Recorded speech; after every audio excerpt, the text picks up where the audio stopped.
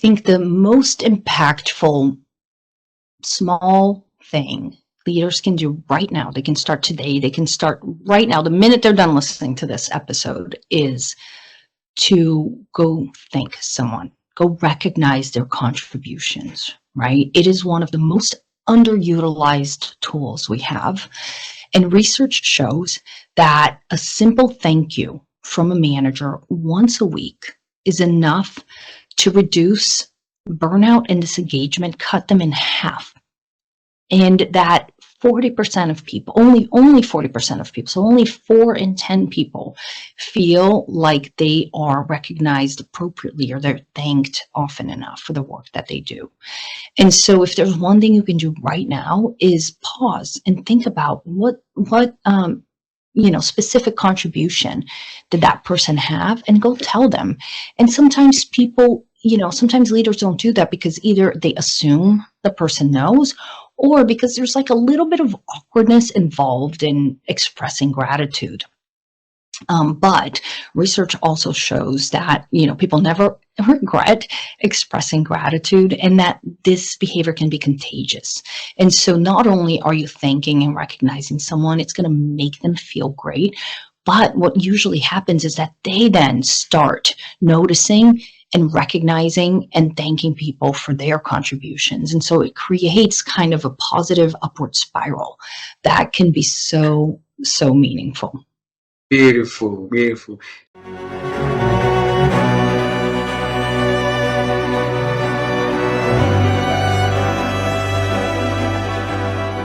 How have you been growing your ability to think over the years? Ooh, that's a cool question. I think what I'm trying to do more now is to expose myself to ideas I don't like. And I noticed over the last, 10 years, we're humans. We're very vulnerable to confirmation bias. We like things that tell us we're right and we're smart and that confirm that we were telling ourselves the right story. And it's a huge bias. It's a big problem that erodes the quality of our thinking. So I'm working very hard to try and expose myself to ideas that I disagree with, to listen to podcasts of people who I disagree with and sit in it and ask myself, okay, but what is true about what they're saying? And I find it physically uncomfortable to do it, but I know it's making my thinking better, more robust, stronger. And it's wonderful when I find there's a podcast, the Ezra Klein podcast, and I find it's the best source for me of listening to people. He's very careful to curate guests who he just wrote a book, and to his credit, just had 2 people on his podcast to talk about all the things they don't like about his book and all the arguments they disagree with. What a courageous thinker to publish a book, and within a month of publishing a book, bring on people to tell your whole audience why you're wrong. So I'm really attracted to people who think like that, and I'm trying to be more like that, although it's baby steps for me because I find it very, very uncomfortable, but I'm working on it. Wow.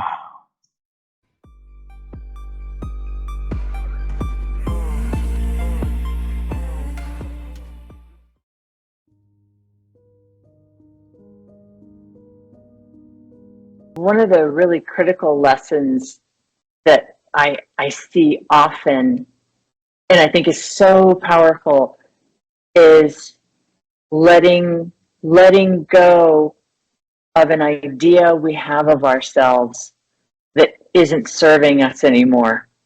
Oh. And this is all about identity, like how we see ourselves and how we define ourselves. And so many leaders, they have this. It's really easy to, so many people, so many of us, and I must include myself in all things human, all human experiences. We have this idea of who we are, and it's part of, our ego, and it's how we feel good about ourselves, and we hold on to that. It's comforting. It's stability. It's an anchor. And then sometimes aspects of that get chipped away at. Or maybe it's a relationship that goes south. It is a promotion we don't get at work. It's suddenly a performance review that wasn't excellent. It's a new challenge at work that we're not rising to, but it chips away at our sense of self. And there are lots of different ways to handle that. And some people try to hide from it. They try to hide from the challenge. They make excuses. They point the finger. They blame others. They feel badly about themselves. They start disappearing. They start avoiding things. All kinds of different ways to handle that. But then there are those who step into it and step into the vulnerability of it and say, okay, there's something here I need to work on. There's something here they bring it out into the light and say, oh, okay, I'm not sure what's happening here. I don't like this feeling, but for some reason I want to excel here and I'm not. For some reason, something's not going right. And instead of continuing to use the same tool over and over and over for the different problem, they say, okay, maybe I need to look at my toolkit. Maybe there's a tool here I don't have. Yeah. And I need to get it. I need to develop it because I keep bringing the same toolkit. I keep pulling out this hammer. I keep banging it.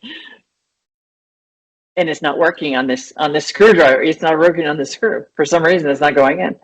And I think that willingness to break yourself down and say, okay, I need to let go. I need to let go of being the expert in this situation. If I'm going to grow, I need to let go of being the expert. I need to let go that I know what I'm doing right now. I need to let go of pointing the finger at somebody else. I need to look at myself. I need to say this is a moment to learn. I need to have some humility. I need to accept that I may not excel here. And I need to figure out what that means, and I need to rebuild my sense of self, and I need to move on.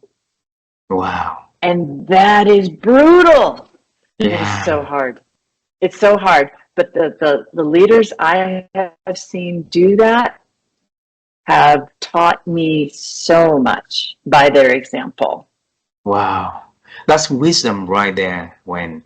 So how can we build that capacity to let go of the things that doesn't work, have that, to realize it as soon as possible, because not only it helpful for us, it helpful for everybody. So surrounding it absolutely does. It absolutely does. And I think it's what folks have learned out of that situation, and personally what I've learned out of that situation, having gone through it myself, and is what are the first signs and signals that you're in it? That you're the first signs and signals that you're in a situation like that. And when I think about it personally, it's like, okay, when am I in this? What are the first signs and signals that, like, I have a few more negative thoughts? I have more negative thoughts that come to me. I start to notice, like a little more complaining, internal or external. And that complaining is a little more like the finger pointing. It's external. It's like this is wrong. This is wrong. This is annoying. I'm not going, what's going on with me? I'm saying. I have a tendency to not eat as well, not take care of myself as well. I notice that I'm not attuned to my exercise routine. I'm not like, yeah, I am actively finding things to comfort me that aren't healthy mentally or physically. So I'm watching more TV. I'm reading less. I'm not eating as well. I've decided to skip the yoga class because there's something going on internally and I'm trying to find ways to comfort myself. And those ways of comforting myself are not avenues of growth. Wow. Those are the first signs for me.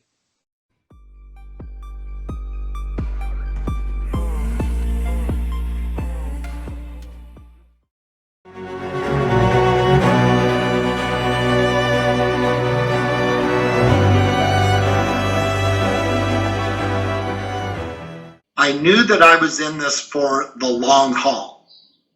So I knew that it was going to be a long journey. So I sort of had my mind made up that, you know, I'm just going to focus on a day at a time, a week at a time, month at a time, and not worry about 2, 3, 4, 5 years ahead. And then the final thing is I took inspiration from one of my hobbies. One of my hobbies is road cycling, riding a bike, you know, cycling. And when you're cycling and you're climbing a hill, right, it is so easy to think about just stopping. I'm just going to stop. But you remember a couple of things. You think, well, the top of the hill might just be right around that next turn. I just need to make it around the next turn because that might be the top of the hill, and then I'll be done. And so I didn't want to stop right before that final turn. You know, when times got tough, I was like, well, maybe next month, you know, I'll be through this challenge, or I'll be at the top of the hill, so to speak. The other thing in cycling is, us cyclists, we have a saying, what goes up must come down. So eventually you'll get to the top of the hill, and then you'll get to enjoy the downhill on the other side, you know, where you just get to coast and relax and go super fast down the hill. And so I sort of always had that in my mind, that I don't want to miss the downhill. Once I climb this mountain, get up to the top, I really want to enjoy coasting down the other side. So that sort of helped me keep going as well. Does that make sense? Makes a lot of sense.